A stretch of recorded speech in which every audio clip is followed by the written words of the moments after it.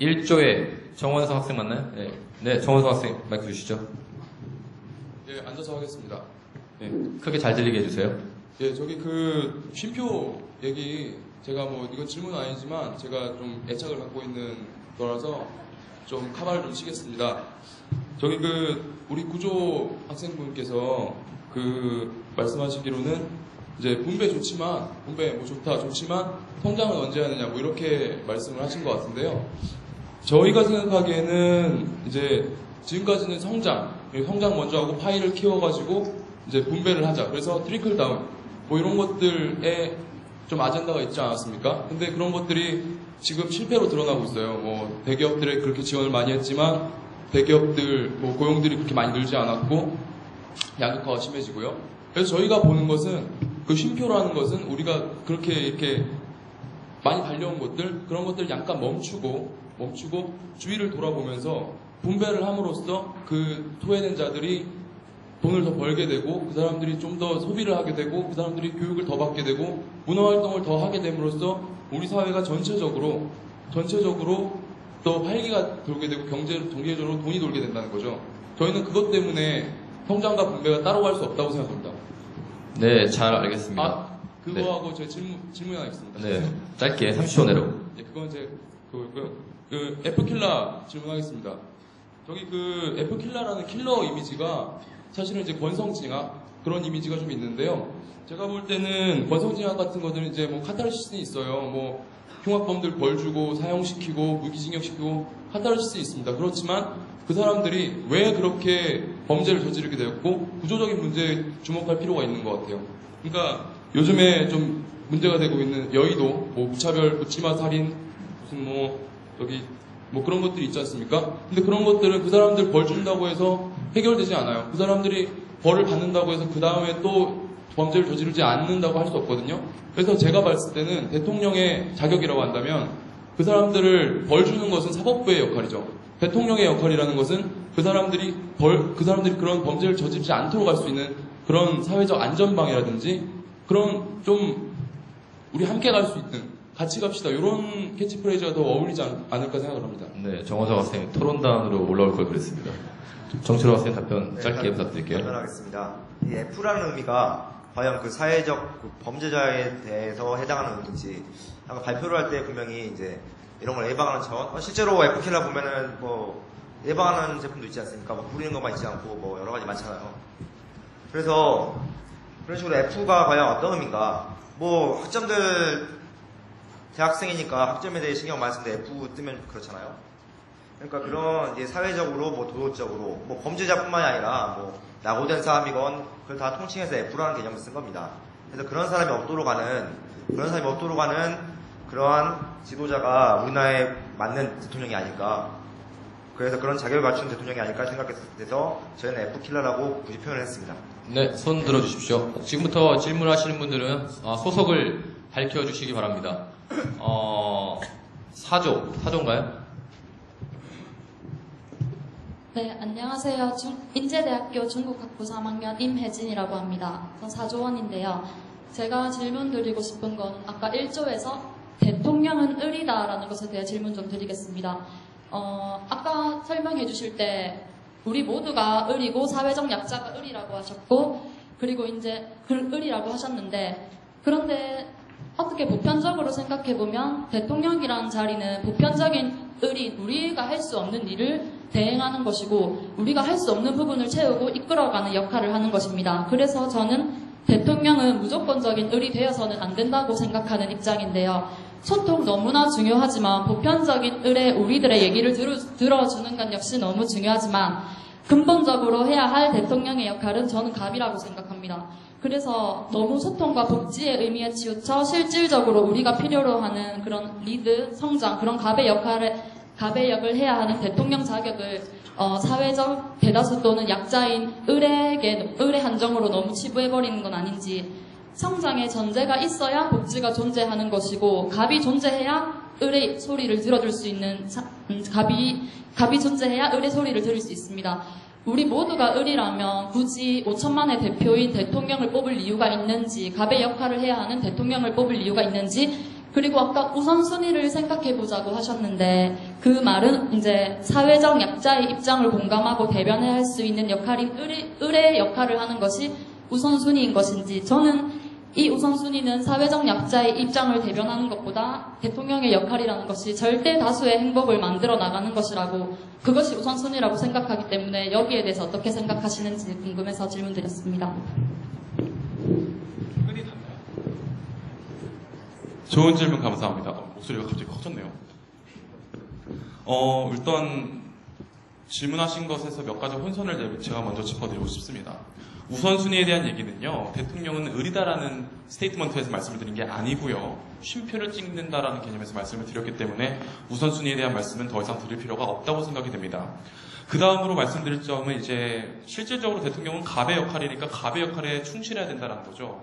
예, 그 점은 저도 충분히 인정을 합니다. 저 역시도 대통령이 대통령 본연의 임무를 소홀히 하는 것은 안 된다고 생각합니다. 하지만 을의 입장, 사회적 약자의 입장에 감정이입을 할 수 있는 능력이 있어야 된다는 거죠. 그것은 갑의 역할을 수행하는 것과 공존할 수 있는 겁니다. 두 개 중에 하나를 선택해야 되는 양자택일의 속성이 아닌 거죠. 그러니까 이를테면 갑의 역할이 이성적인 판단이라면 사회적 약자와 을의 상황을 배려하고 생각하는 것은 약간 감성적이고 감정적인 부분이라고 할 수 있겠네요. 이모셔널한 부분이라 할 수 있겠죠. 그래서 저희는 그런 차원에서 이성적인 부분과 감성적인 부분, 감정적인 부분을 골고루 갖춘 대통령이 있었으면 좋겠다라는 차원에서 을이다라고 말씀을 드렸습니다. 네, 또 질문 받겠습니다. 6조로 한번 가보겠습니다. 6조. 최영민 학생. 소속, 예, 말씀해 주시기 바랍니다. 안녕하세요. 예, 고려대학교 경영학과 08학번 최영민입니다. 제가 또 아까 답변을 한 1조에게 또 질문을 하고 싶은 게, 대학생의 입장으로 본 이제 대통령의 자격이기 때문에 이제 대학생의 입장에서 생각을 했어야 됐고, 그렇기 때문에 이제 좀 거시적인 거나 아니면 전 연령층에 적용되는 그런 생각보다는 우선 대학생을 먼저 생각하셔야 된다고 했는데, 제가 생각하기에 제 일생에서 대학생으로 있는 건 4년밖에 안 되거든요. 그리고 그 일생에서 제가 얻게 되는 다른 이제 누군가의 아버지가 될 수도 있겠고, 누군가의 지금 벌써 손주이기도 하고 또 아들이기도 한데, 그렇다면 대학생이라고 해도 그런 다른 제 상황에 대해서 먼저 생각하는 게 더 옳지 않을까. 왜냐하면 솔직히 반값도 놓고 좋고, 그 다음에 최저임금 올려주는 거 좋은데, 어떻게 보면 그거보다 저희 집 이번에 주위에 KTX 생겨가지고 집값이 좀 올랐는데 그게 어떻게 보면 저 자신한테는 더 좋은 정책이었거든요. 왜냐하면 집에 이거 개인 사정인데 집에 빚이 있고 이랬는데 그거 덕분에 한 번에 날아갔으니까. 네. 그렇기 때문에 대학생이지만 그 대학생만으로의 관점이 아니라 그러니까 한국 사람으로서, 그리고 누군가의 아들이나 누군가의 또 아버지가 된 사람으로서의 생각도 중요하기 때문에 아까 말씀하신 건 너무 작지 않을까 그런 생각이 듭니다.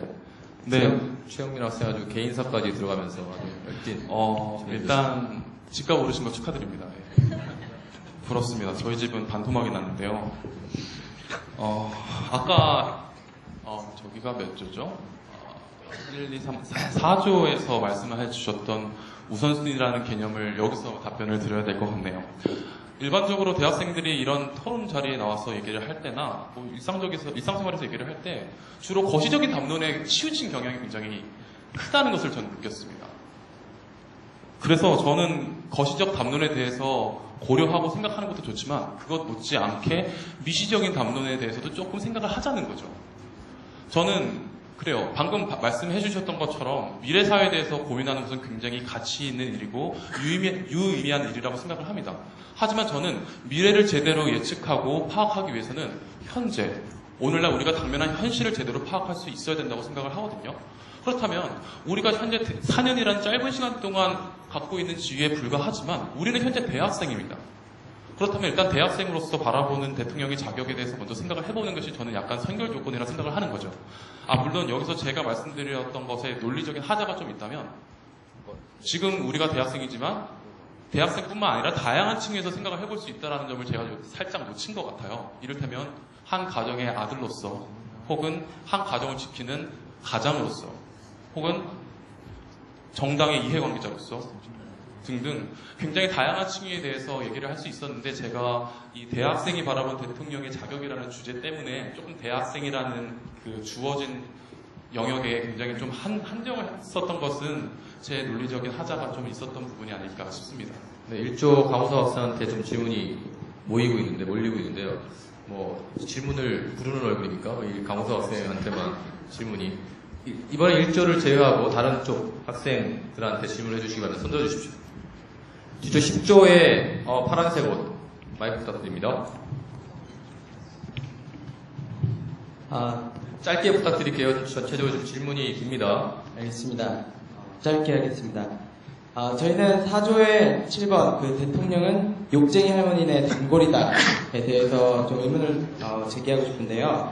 사실 저희 20대 같은 경우는 좀 문화적으로 접근을 하자면 기성세대하고는 다르게 소셜 네트워크나 이런 것 때문에 감성지수가 굉장히 발달을 많이 해서 인간관계에서 자기 감정을 되게 스스럼없이 드러내고 욕을 먹으면 그 욕에 대해서 바로바로 풀고 그 문제를 풀어내는 것에 조금 더 익숙합니다. 그렇다면 욕쟁이 할머니의 단골이라는 이야기는 욕을 좀 더 많이 먹어야 된다는 그 대통령의 자격을 의미하는 건데 그렇다면 욕을 먹는 이유가 20대들이 소통의 부재라는 의미로 좀 더 많이 다가가게 돼요.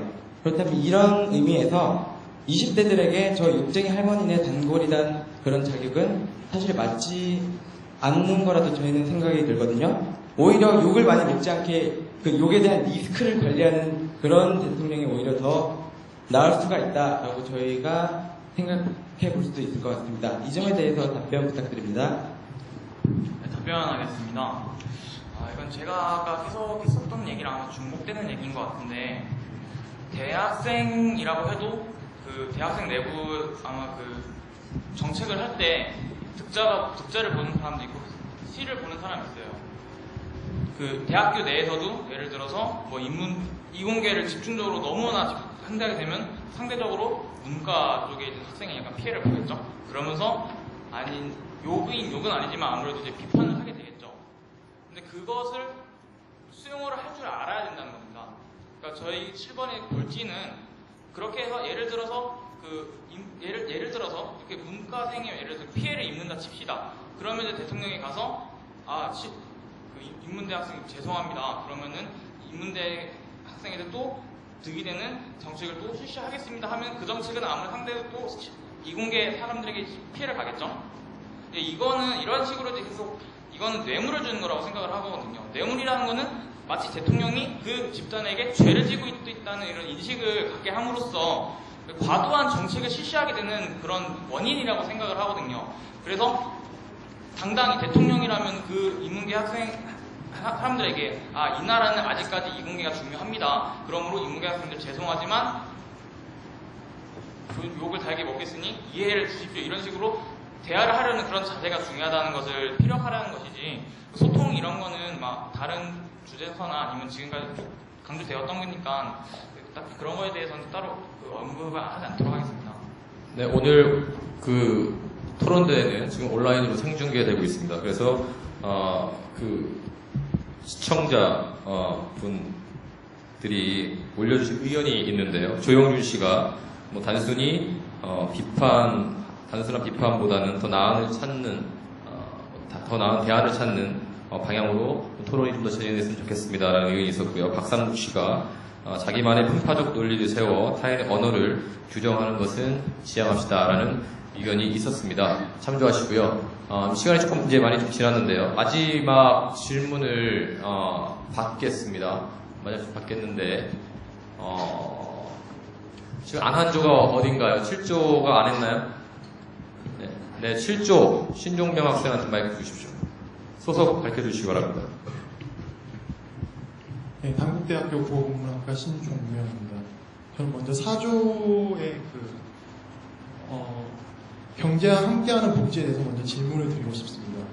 그 경제와 복지는 사실 동전의 양면과 같은데 예를 들어서 이제 그리스에서 금융위기가 터지고 유로존 붕괴위기가 있고 그 이유가 이제 그리스 사회당이 이제 무리하게 복지 예산을 함으로써 이제 국가 부채가 늘어나지 않았습니까?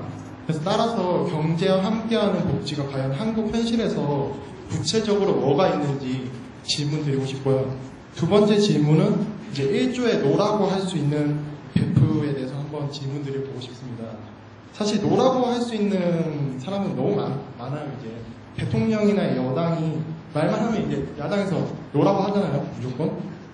그리고 그래서 제 생각에는 노라고 할 수 있는 베프보다는 예스라고 믿고 지지할 수 있는 친구가 많아야 된다고 생각하는데 사실 직원은 다 잘할 수 있다고 생각합니다. 그래서 직원보다는 사실 진정성 있는 진언을 할 수 있는 친구가 있어야 되지 않을까. 그리고 이제 사실 또 베프라고 하면 솔직히 위로해주고 공감해준다는 이미지가 더 큽니다. 그래서 베프보다는 이제 예스라고 말할 수 있는 선의의 경쟁자가 필요하지 않나 이렇게 생각합니다. 두 가지 질문. 네, 답변하시죠. 네, 먼저 첫 번째 질문에 대해서 말씀을 드리겠습니다. 네, 그리스 이야기를 하시면서 이제 이야기를 하셨는데요. 일단 경제와 복지가 어떻게 연결이 되는지, 어떻게 둘이 공존을 할 수 있는지, 상생할 수 있는지를 여쭤봤는데요. 첫 번째는 이런 이야기가 있습니다. 일단 여러 자료들을 보면 지금 많은 분들이 경제 성장에 투여할 그 재원을 결국 복지에다 쓰니까 경제 성장률이 하락하는 거 아니냐, 이런 분들이 되게 많고요. 여기에 대해서는 지금 여러 정당이나 여러 시민사회 단체에서는 이런 얘기를 하고 있습니다. 쓸모없는 토목사업에 쓸 돈을 끌어다 쓰는 것이고, 그리고 지금 현재 우리나라 탈세가 되게 심각합니다. 그 탈세 조세 정의를 바로 잡아가지고 재원을 마련한다는 일단 첫 번째 경제 성장의 재력을 깎아내리지 않는 입장에서 복지까지 함께할 수 있다, 이런 주장을 하시는 분들이 있고요. 그리고 두 번째로 말씀드리고 싶은 거는 혹시 생협이라고 아시나요? 2012년은 유엔이 정한 생협의 해입니다. 따라서 근데 생협을 많은 분들이 모르실 것 같아서 잠깐 말씀을 드리자면 주주자본주의 같은 경우는 1원 1표입니다. 1원이 결국 이사회를 통해서 여러 이사들이 돈으로써 의사 결정을 하는데요. 생협 같은 경우는 1인 1표입니다. 어떻게 보면 우리가 지금 살고 있는 이 민주주의 사회랑 딱 맞는 그런 키워드인데요. 그래서 한 명의 조합원이 자기의 기업이나 아니면 자기의 조합을 어떻게 운영할지에 대해서도 다 투표를 통해서 결정한다는 이런 의미가 있습니다. 근데 생협이 여기서 복지에 왜 연결이 되냐, 이 말씀은 지금 스위스 같은 경우 미그로라는 그런 소매 그룹이 있는데 시장 점유율을 거의 20%를 차지하고 있을 정도로 되게 큰 기업입니다. 하지만 우리나라에 여러분들 대학교 다니시면 아시겠지만 음료수 자판기가 되게 음료수 자판기보다 편의점이 되게 비싼 경우를 볼 수가 있는데요. 여러 많은 대학들 중에 편의점 음료수 값보다 자판기를 하는 그런 자판기를 하는 그런 업체들은 생협에서 많이 하고 있기 때문에 그 남은 재원들을 또다시 조합원이 학생들한테 재투자하는 그런 형식입니다. 그래서 이제 복지 재원이 거기서 마련이 되고 그 혜택을 받는 학생들은 바로 복지 혜택을 누리는 그런 효과를 갖게 된다. 이런 것도 지금 글로벌 금융위기 이후에 세계 경제에 대한 대안 패러다임으로 하나 뜨고 있는 것, 이것을 말씀드리고 싶습니다. 이상입니다. 모바일에서 질문이 하나 올라와 있는데요. 꼭 좀 질문했으면 좋겠다 해서 일조한 답변이 지금 이 질문은 일조한 질문이거든요. 같이 답변을 하세요. 이미 불합리한 구조, 경쟁 의식 자체를 인정한 상태에서 과연 평등한 복지가 가능한지 궁금합니다. 의뢰 관계라고 이미 앞서 정의해 버리셨기 때문에 성장과 복지를 동반할 수 있는 구체적인 대안 하나라도 들어주셨으면 좋겠습니다. 라는 질문이 올라와 있습니다. 같이 답변해 주시기 바랍니다. 네. 일단 성장과 복지에 대한 얘기는 잠시 뒤에 하고요. 방금 7조군 단국대 학우분께서 말씀해 주셨던 것에 대해서 먼저 답변을 하도록 하겠습니다. 마지막 문장에서 선의의 경쟁자라는 표현을 쓰셨는데요. 그게 구체적으로 어떤 맥락의 어떤 개념이죠? 전 잘 이해가 안 가서요. 마이크가 없으신가요? 선의의 경쟁자라는 게 과연 어떤 걸 의미하고 대통령 주변에 예스맨이 있는 상황에서 어떤 선의의 경쟁자가 생겨날 수 있는지 조금 그 개념적인 거 잘 모아서 답변하기가 조금 힘들거든요. 네, 그 질문은 그러면 개별적으로 답변해 주시고요. 다음으로 넘어가 주시기 바랍니다. 네, 그렇다면 방금 말씀을 해주셨던 부분은 이거죠. 대통령 주변에는 충원과 직원을 해줄 사람이 많다라는 건데 저는 이러한 7조 분의 주장에 동의할 수가 없습니다. 왜냐하면 권력의 속성이 그렇지 않기 때문입니다. 권력은 권위를 만들어냅니다. 그리고 위계를 만들어내죠. 그리고 위계는 곧 복종을 만들어냅니다. 이러한 하이어리키 시스템에서 과연 충원과 직원을 제대로 할 수 있는 사람이 존재할까요? 어제 강경식 이사장님께서 환영사에서 말씀하셨던 것처럼 비서실장의 역할이 주변에 충원과 보완을 할 수 있는 사람을 심는 거라고 하셨습니다. 그 말은 즉슨 비서실장의 그런 개별적인 노력이 없이는 충원과 직원이 대통령으로 올라갈 수 없다는 얘기죠. 저는 그렇기 때문에 예스맨이 주변에 득실득실 거리는 것이 불가피한 문제라고 생각을 합니다. 최고 권력자의 눈치를 보는 것은 권력에 대해서 인지가 있는 인간의 본능적인 속성이기 때문입니다. 이 노에 대해서 말씀을 드리고 싶은 게 저는 이러한 예스맨에 대해서 경계를 하는 것뿐만 아니라 대통령 자리에 대한 피로, 그러니까 대통령 자리가 가져다 주는 피로에 대해서 위로를 해줄 수 있는 베프가 필요하다고 생각을 합니다. 왜냐면요, 대통령이란 자리는 우리나라 최고의 리더로서의 자리입니다. 그만큼 굉장히 외롭고 고독하죠. 그렇다면 분명히 대통령도 사람인 만큼 대통령 자신의 지위를 때때로 내려놓고 기대고 의지하고 소통하고 싶은 친구가 필요할 겁니다. 하지만 대통령의 자리의 속성상 정말 친한 친구가 아니면 그러한 이야기를 할 수 있는 사람이 굉장히 드물죠. 저는 그런 점에서 대통령의 국정을 더 잘 운영하기 위해서는 대통령으로서가 아닌 개인으로서의 이야기를 잘 들어줄 수 있는 친구가 정말 중요하다고 생각을 하고요. 그렇게 생각하는 그 가장 중요한 까닭은 대통령도 인간이라는 겁니다.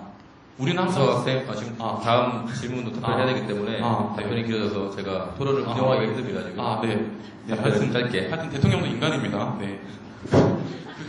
그리고 성장이 어떻게 복지로 이어질 수 있느냐라고 이제 인터넷을 통해 질문을 하신 것 같은데요. 저는 성장이 복지로 귀결된다는 말씀을 드린 적이 없습니다. 그렇지 않습니까? 성장과 복지에 대한 담론은 제가 별도로 드린 바가 없고요. 굳이 제 사견과 저희 팀의 사견을 종합해서 말씀을 드리자면 우선 그래서 그 질문에 대해서는 10조 김복준 학생이 답변을 하겠습니다. 저는 얘기를 안 했으니까 10조 분께서 말씀해 주십시오. 성장과 복지를 함께 갈 수 있다는 거는 정말 솔직히 말해서 객관적으로 받아들이기 힘든데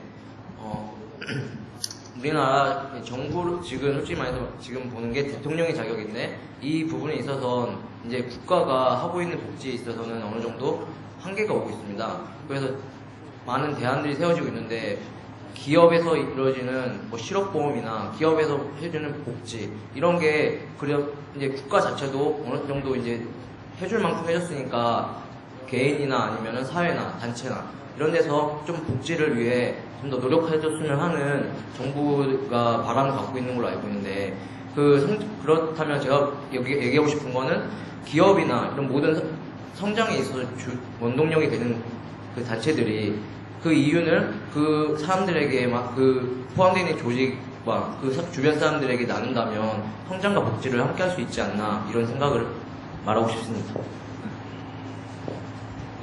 네, 지금 뒤쪽에서 저희 그 토론을 지켜보고 계시는 심사위원단이 계십니다. 어떻게 지켜보셨는지 강평을 듣도록 하겠습니다.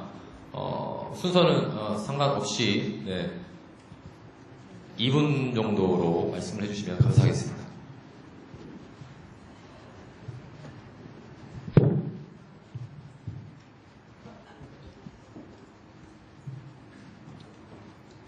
우선 이 지금 토의하는 내용 자체가 토론이 이루어지기 상당히 어려운 부분이 많아요. 사실 대학생들이 바라보는 대통령 상이라고 하는 거에 대해서 놓고 토론을 하다 보니까 원래 본질적인 그런 내용보다는 정책 토론 비슷하게 지금 토론 내용이 흘러가서 그래서 이게 좀 그런 면이 조금 좀 어려운 그런 프레임이지 않았었나 하는 생각이 좀 드는데, 제가 해석하기로는 대학생이 바라본 대통령의 자격이라고 그런 질문을 던졌을 때에는 대학생이라는 젊은 그룹의 바라보는 대통령 자격이라기보다 여러분들이 이 사회의 미래를 이끌어 나갈 주체로서 기성세대로부터 받아들이는 그런 그 제도나 그리고 여러 가지 그 불합리한 점들을 앞으로 어떻게 고쳐 나갈 건지에 대해서 고민을 하는 것이 더 중요하다고 생각을 합니다.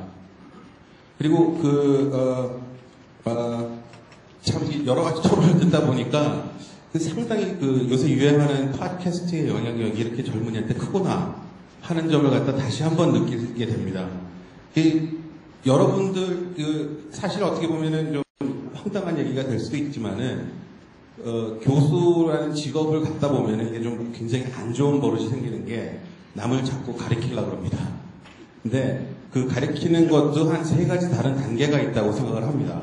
그래서 제일 하수인 경우에 그 가리키는 방법이 이게 옳다, 이거는 틀리다 하고 가리키는 방법이 있고, 그 중수인 경우에는 이거는 이렇게 볼 수도 있고 저거는 저렇게 볼 수도 있다 라고 가리키는 게 중수인 경우인 것 같고, 저는 아직 거기까지는 못 달았습니다만 고수인 경우에는 여러분 스스로에게 질문을 던지는 것이 아마 최고수일 거라고 생각을 합니다.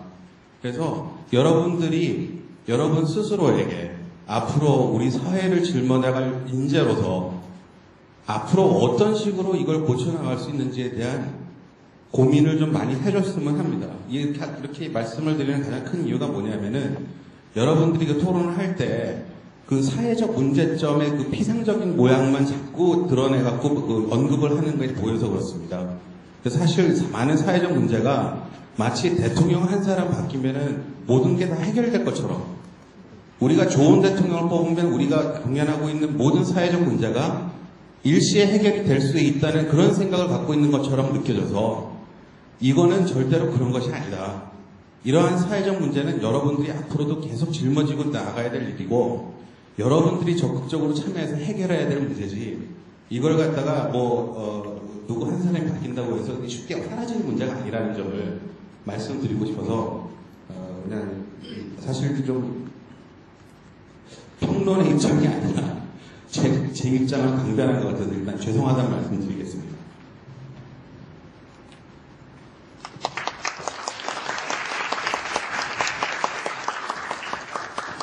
네, 귀한 말씀 감사하고요. 다른 심사위원분 강평 부탁드리겠습니다.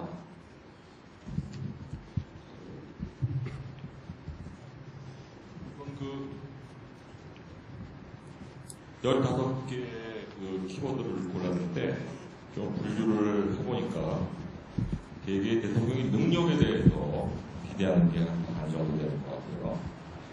그 다음에 자세에 대해서 또 기대하는 바가 한 정도 되는 것 같습니다. 주로 이제 능력을 본다면 저 키워드를 좀 분석을 해보면 노동, 기술, 환경 등의 미래 이슈 관리 이슈고요. 그다음에 역시 그 골키퍼에서 모든 위딩 관리에 대한 주목을 좀 있었고요. 요즘 또 국면이면 외교 정부요, 또 정치적 인사, 역사관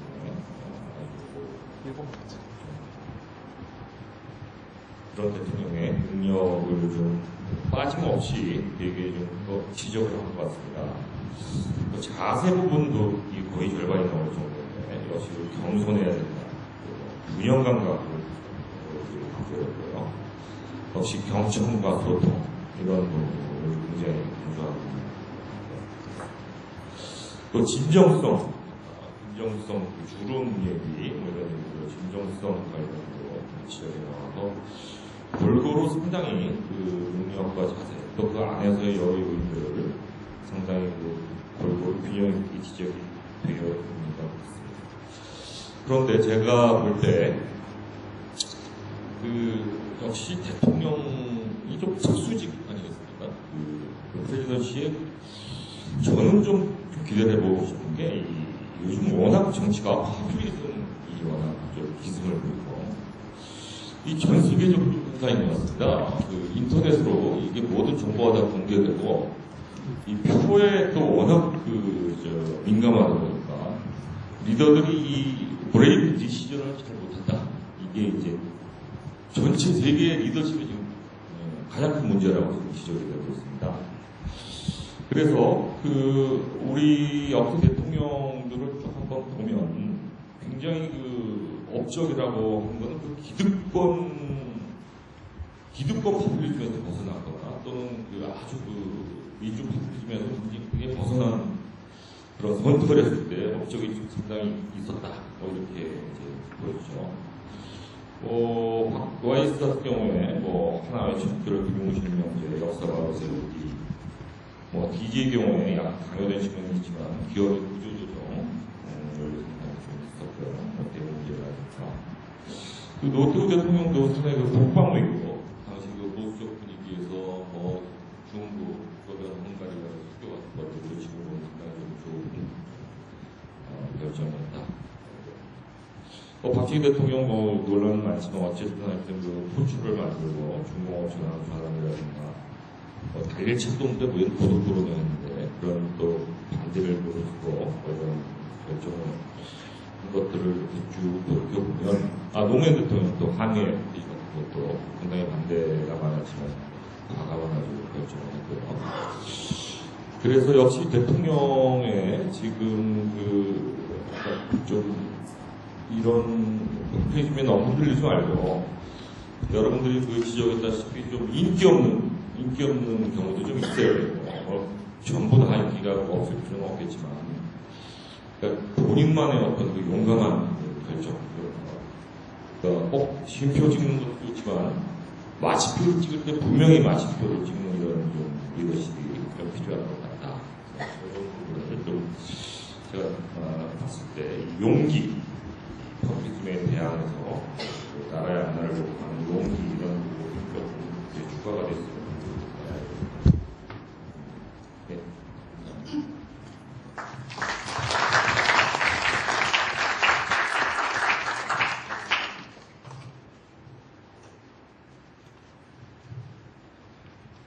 네, 안녕하세요. 저 동국대학교 김준석입니다. 제 토론 전반적인 내용에 관해서는 다른 선생님들께서 좋은 말씀 많이 해주셨으니까 저는 오늘 이 자리에 와서 여러분들 토론을 보고 좀 느낀 점 그리고 이런 부분들을 좀 당부하고 싶다라는 한 두 가지 정도만 말씀드릴게요. 한 2달 전쯤에 우리나라의 슬로베니아에서 철학자 한 분이 방문한 적이 있어요. 혹시 누군지 아세요? 슬라브의 지젝이라는 분인데 그분이 소위 말하면 우리나라 한국전쟁 이래 우리나라에서 가장 빨간 것이라고 얘기를 하거든요. 극진 공산주의자인데 좀 아이러니컬하게도 극진 공산주의자의 방안을 마인드브리지라고 하는 한국 기업이 초빙해서 그걸 모시고 와가지고 강연을 했습니다. 제가 이분의 사상에 대해서 제가 동의를 하는 건 아닌데 이분이 하신 말들 중에서 좀 기억해둘 만한 말이 있어서 염두에 둘 만한 말이 있어서 하나 전합니다. 뭐냐면 이분이 현실주의자가 되자라고 하면서 불가능한 것을 요구하라라는 말을 해요. 무슨 뜻일까요? 이런 겁니다. 지금 에이즈가 한 20년 전쯤에는 천형이라고 그랬어요. 이건 못 고친다라고 했죠. 근데 얼마 전에 에이즈 치료약이 나왔을 뿐만 아니라 예방약도 나왔습니다. 그죠? 폴리오라고 결핵일 거예요. 그죠? 혹시 주위에 결핵 환자 보신 적 있으세요? 거의 없을 겁니다. 과거에 천형이라고 불렸던 질병인데 이것도 치료했어요. 요즘 웬만한 암, 초기에 발견하면 다 치료를 하죠. 그죠? 얼마 전에는 인간이 화성에 우주 탐사선을 보내서 착륙해서 탐사 작업을 벌였습니다. 가능한 일이었을까요? 불가능하다고 생각했던 일들입니다. 이런 것들이 현실화되고 있어요. 그죠? 이런 불가능할 거라고 생각했던 일들이 현실화되고 있는데 우리는 특정한 부분에 있어서 불가능할 거라고 얘기해요. 어떤 부분이죠? 보상급식 절대 안 돼요. 이거 불가능해. 그죠? 의료 부분에 대해서 예상 확충하는 거 절대 안 돼. 불가능해. 과연 여러분들한테 저희가 드리고 싶은, 여러분들이 20대니까, 대학생이니까 드리고 싶은 말은 뭐냐면, 슬라브의 지적의 얘기처럼 불가능한 것이 과연 불가능한 것인가에 대해서 생각을 좀 과감하게 가지실 필요가 있을 것 같다는 생각이에요. 슬라브의 지적은 이런 얘기를 하거든요. 불가능하다고 가능한 것과 불가능하다라고 얘기하는 것을 재정의를 해라. 이 얘기 무슨 얘기냐? 여러분들한테는 전문가들이 짜놓은 틀에 얽매이지 말고 여러분들의 눈으로 이것이 가능한지 불가능한지 생각을 해보고 생각을 좀 더 과감하게 할 필요가 있다라는 겁니다. 두 번째 제가 당부드리고 싶은 말은 약간 청주 장관이 좀 상반된 내용인데 이런 거예요. 아까 얘기를 듣다 보니까 대통령이 과감해질 필요가 있다라는 얘기를 해요. 근데 늘 대통령 임기 끝날 때쯤 되면 늘 역대 대통령들한테서 늘 나오는 말이 뭐냐면 나는 역사의 평가를 받겠다라는 얘기를 하거든요. 그죠? 과감하게 나의 길을 가겠다. 인기에 열연하지 않겠다라고 하는 여러분들이 거기에 동의를 하시는 말씀들을 많이 했는데 제가 두 번째 드리고 싶은 말은 뭐냐면 타협도 충분히 과감하다라는 거예요. 그러니까 과감히 타협하면 좋겠다라는 겁니다. 무슨 얘기냐? 링컨 하면 떠오르는 생각이 여러분들 보면 노예를 해방한 사람이다. 그죠? 남북전쟁으로 해서 미국이 둘이 될 뻔한 미국을 하나로 합친 사람이다. 정말 거대한 변화를 일으킨 사람으로 생각을 하잖아요. 근데 링컨에 대해서 우리가 알고 있지 않았던 생각은 링컨이 당시에 공화당 후보 가운데 노예 해방에 대해서 가장 소극적인 후보였습니다. 그리고 공화당 경선 때 링컨의 대척점에 섰던 후보가 스티븐슨이라는 후보였는데 이 후보는 노예의 전면 해방을 주장을 했어요. 링컨은 그렇게 주장하지 않았습니다. 뭐를 주장했느냐? 현재 노예주 그리고 자유주가 나뉜 건 어쩔 수 없다. 하지만 앞으로 신설되는 미국 연방에 편입되는 주에 한해서만 노예주를 폐지하자. 노예제를 만들지 말자. 라는 온건한 주장을 했어요. 그게 전쟁으로 이어졌지만 결국에 전면적인 노예 해방이 이루어졌죠. 그죠? 지금 결과는 어떻습니까? 어찌됐든 간에 온건한 주장을 했던 링컨이 역사에 길이 남는 어떤 업적을 이뤘잖아요. 최근의 예로는 오바마도 예를 들 수 있습니다. 2008년도 오바마 경선 당시에 오바마의 의료개혁안은 민주당 후보들 가운데 가장 소극적인 안이었어요. 온건한 안이었습니다. 힐러리가 오바마한테 그렇게 소극적인 안을 주장을 해서 어떻게 하겠느냐, 민주당 후보 맞느냐 라는 주장까지 했습니다. 실제로 오바마가 대통령이 되고 나서 의료개혁안을 만들 때 가장 중점적으로 살펴보고 채택한 안이 지금 2012년 공화당 대통령 후보인 밋 롬니가 그 매사추세츠 주지사 당시에 시행했던 의료보험 개혁안이에요. 타협안인데 어떻습니까? 그동안 의료보험 개혁 논의가 미국에서 이루어진 지 100여 년 만에 히스토리카라는 법이 만들어졌잖아요. 그래서 제가 말드리고 싶은 말은 뭐냐면 첫 번째는 여러분들이 대학생이고 20대니까 생각을 좀 더 과감하게 할 필요가 있다. 하지만 혼자 가는 것이 아니라 타협도 충분히 과감할 수 있다. 라는 부분을 염두에 두셨으면 합니다. 이상입니다.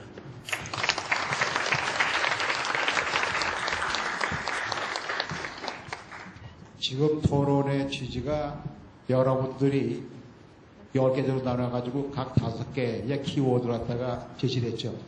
그 50개 중에서 여러분들의 투표를 통해가지고 모두 15개가 선정이 됐습니다. 지금 토론회의 취지는 여러분들의 토론을 통해가지고 15개 중에서 7개 추려내자 이런 걸로 내가 알고 있는데 맞지요? 아무 대답이 없습니까? 자, 그런데 그 15개 중에서 보면 특정한 곳에만 질문이 집중이 되는 경우가 많이 있습니다. 그리고 제가 봤을 때는 저도 상당히 균형 감각 있게 생각하려고 노력하는 사람인데 이런 키워드에 대해서는 질문이 있었으면 좋은데 없는 것들이 있습니다. 예를 들면 주름이 많아야 된다. 저도 주름이 지금 좀 하나 둘 이제 생기는데 주름이 많은 거하고 진정성하고 연결을 젊은 사람들은 쉽게 할지 모르겠는데 그것이 뭐 중앙일보라든가 또 우리 인터넷 생중계를 통해 가지고 자 다음 대통령이 가져야 되는 덕목으로 대학생들이 제시한 것이 주름이 많아야 된다. 이것에 대해서 얼마큼 공감을 할 사람이 많이 있겠나 하는 생각을 했는데 거기에 대해서 아무런 질문이 없습니다. 또 대통령은 골키퍼여야 한다. 자 축구 경기를 할 때 축구 경기의 목표가 뭡니까? 정정당당히 싸워가지고 이기는 거죠. 이기려면 득점을 많이 해야죠. 그런데 골키퍼 역할을 갖다가 대통령한테 맡기게 되면 결국 수비에 치중하고 별로 득점을 못할 것 같아요. 그래서 대통령의 역할로 치고는 상당히 소극적인 거 아니냐 그런 생각이 좀 들었습니다. 그래서 여러분들 지금 토론이 지금 끝나가는 마당이지만 질문이 없었던 15가지 중에서 질문이 없었던 부분에 대해서도 여러분들이 다시 한번 신중히 생각하고 나머지 7개를 갖다가 선택을 해주길 바랍니다.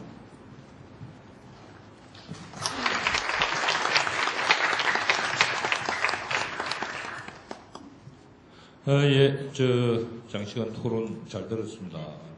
오늘 토론을 들어보면서 제가 느낀 것은 역시 그 지방선거 이후에 2010년도 이후에 우리 사회가 겪고 있는 문제점에 대한 인식, 그리고 이러한 현실적 문제를 해결할 수 있는 리더십의 책임자가 누구냐, 이제 이런 부분에 대해서 여러분들이 많은 고민을 하신 것 같다는 생각입니다. 요약하자면 우리가 그 신자유주의 정책 이후에 나타난 우리 사회의 그 양극화의 문제, 특히 이제 그 양극화의 한 축에서 사회적 약자로 상당히 어려움을 겪고 있는 우리 젊은이들의 용어로 이제 그런 문제점들이 제기되고 있다라는 점이 저는 주목해 볼 만하다, 이렇게 생각이 듭니다. 그래서 이제 여러 젊은이들이 이 의견들이 하나로 모아져서 이것이 이제 한 시대, 20대, 30대들의 어떤 시대 정신으로 표출이 될 것입니다.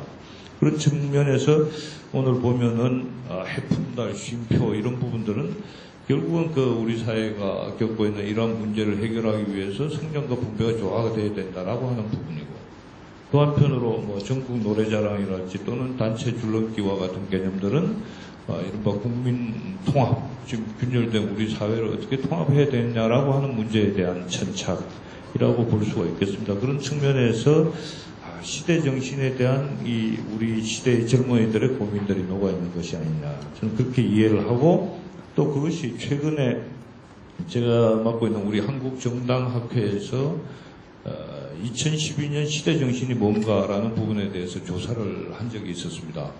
그 조사 결과도 보면은 경제 성장과 일자리 창출, 또 한편으로는 경제 민주화와 공정 사회, 이런 것들이 나왔었습니다. 그래서 여러분들이 생각하고 있는 문제 의식과 별반 큰 차이가 나지 않았다라는 점에 대해서도 상당히 주목할 만한 내용이었다라는 생각입니다.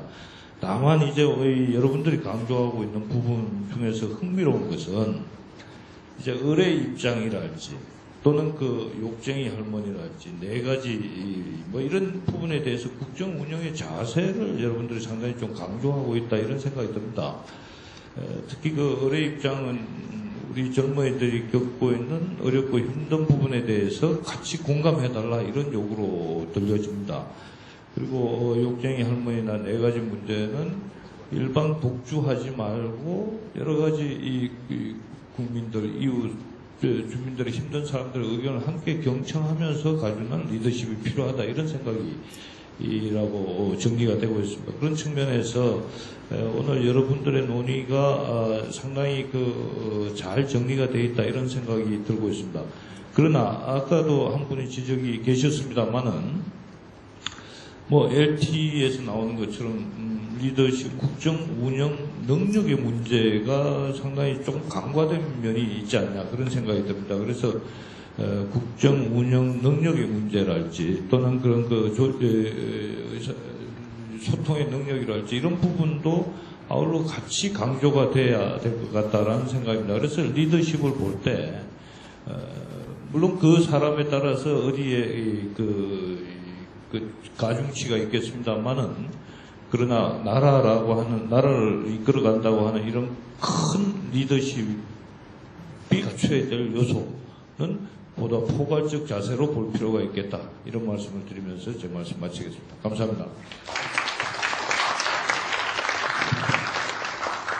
네, 감사합니다. 사실 이곳에 올라온 학생들이 토론을 준비할 시간이 없었고요. 그리고 사실은 토론하기 어려운 주제였고, 포맷도 사실 토론하기 어려웠는데, 그럼에도 열심히 잘 해줬습니다. 여기 올라온 6 학생에게 큰 박수로. 지금은 스마트폰을 다시 꺼내시고요. 이 6 학생 중에 우수 토론자, 그거는, 우수 토론자를 선정을 하겠습니다. 그리고 아까 그 직원이 나누어준 이, 용지가 있죠. 이것은, 7개를, 체크를 해서 나갈 때 제출을, 해주세요. 그럼 저희가 집계를 하겠습니다. 네, 지금 여기 나와 있는 그 15개 중에, 지금 번호는 20번까지 되어 있는데, 7개를 선정을 해서, 제출해 주시고요. 그리고 모바일로, 지금 우수 토론자를 선정을 하겠습니다. 지금 되나요? 네네.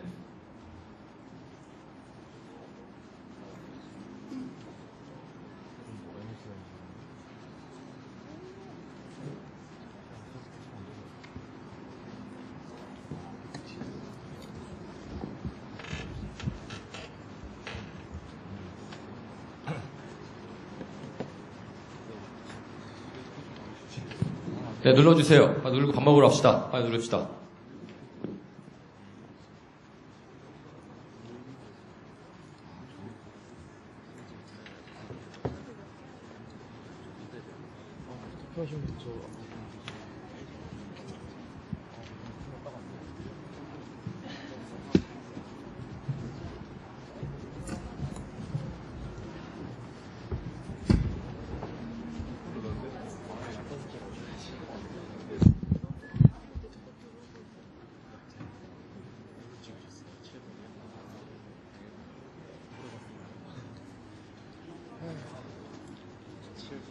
빨리 대충.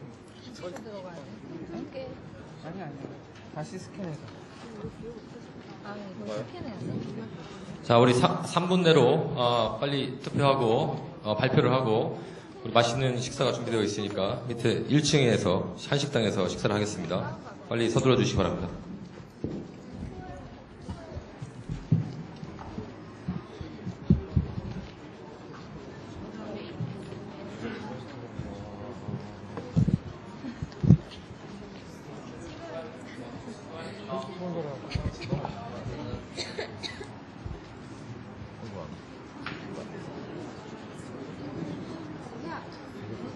이현호 부장님 말씀해 주시죠. 다 어느 정도 집계가 되면. 네네.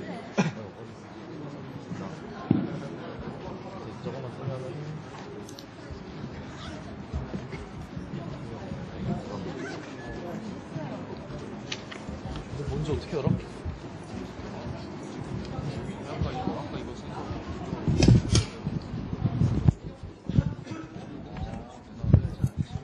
화면을 한 번만 더 띄워달랍니다. 화면을. 네, 화면하고 상관이 있나요, 이게?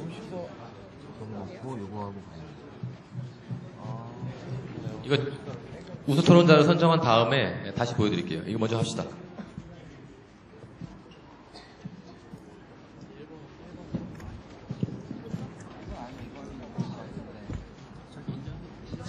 자, 1분 남았습니다. 우수 토론자에게는 외식 상품권인가요? 아웃백? 네. 혹시 여자친구가 없는 학생은 반납하시기 바랍니다.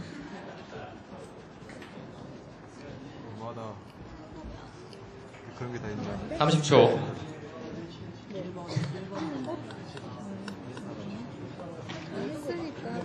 저 중에 2명이 있는 거 알고 보니까. 1번이나 10번인 것 같아요. 네, 우리 결과를 보고 결과가 나오면 큰 박수로 격려해 주시기 바랍니다. 결과를 확인하겠습니다.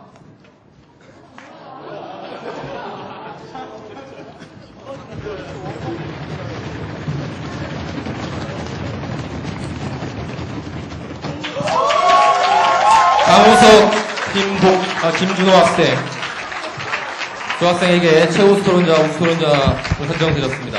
자, 지금 시간이 1시 15분인데요.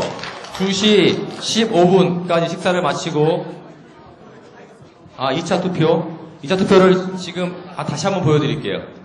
잠시만요. 죄송합니다. 다시 한번 보여드릴게요. 네, 15개가 있죠. 7개를 선정해 주시기 바랍니다.